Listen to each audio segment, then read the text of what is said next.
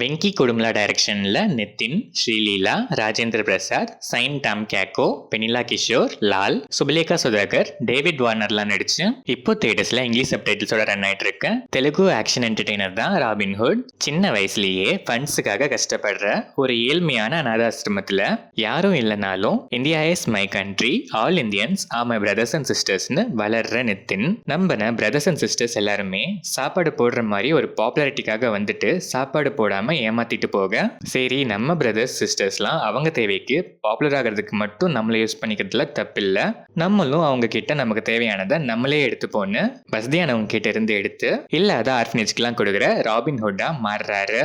ஒரு பாயிண்ட்ல கிட்டத்தட்ட போலீஸ் கிட்ட மாட்ட போய் ஜஸ்ட்ல தப்பிக்கிறாரு.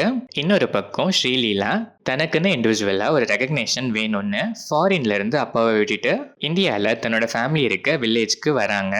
அங்க அவங்களுக்கு ஒரு பெரிய பிரச்சனையே காத்துக்கிட்டு இருக்கு. போலீஸ் கிட்ட மாட்டிக்காம இருக்கணுங்கிற சில சுச்சுவேஷன்ஸ்னால நிதின் திருட்டெல்லாம் ஸ்டாப் பண்ணிட்டு ஒரு செக்யூரிட்டி ஏஜென்சில ஜாயின் பண்ணி ஸ்ரீலீலாக்கே செக்யூரிட்டியா வராரு.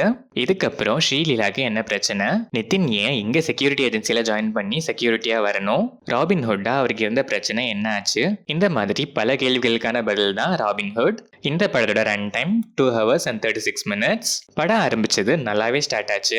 போக போக அங்கங்க சில லேக்ஸ் இருந்தாலும் சில காமெடிஸ் ஒர்க் ஆகலன்னாலும் சில காமெடிஸ் நல்லாவே ஒர்க் ஆகி நல்லாவே டிராவல் ஆச்சு.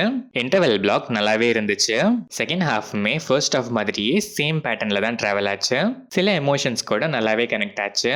கிளைமேக்ஸ் ரிவிலேஷன்ஸ் அண்ட் பிளாட் பாயிண்ட்ஸ்லாம் ஒன்னா கனெக்ட் பண்ண விதம் செம.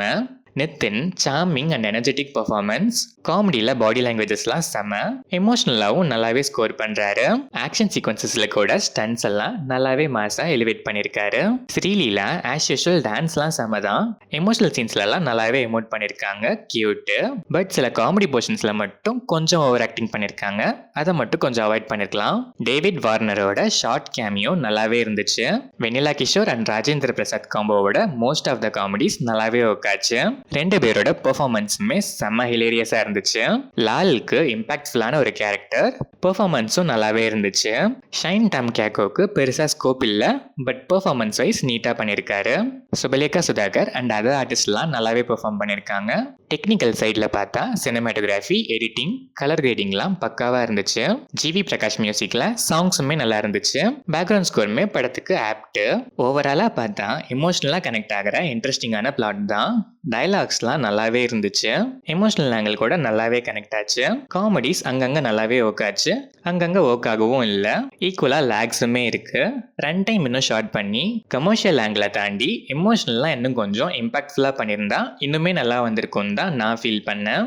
ஸ்டில் ஒன் டைம் வாட்ச்க்கு டீசெண்டான ஒரு கமர்ஷியல் ஆக்ஷன் என்டர்டெய்னர் தான் இந்த ராபின்ஹுட். கமர்ஷியல் ஆடியன்ஸ் கண்டிப்பாக ஒன்ஸ் இந்த ராபின்ஹுட் கூட சேர்ந்து திருடலாம்.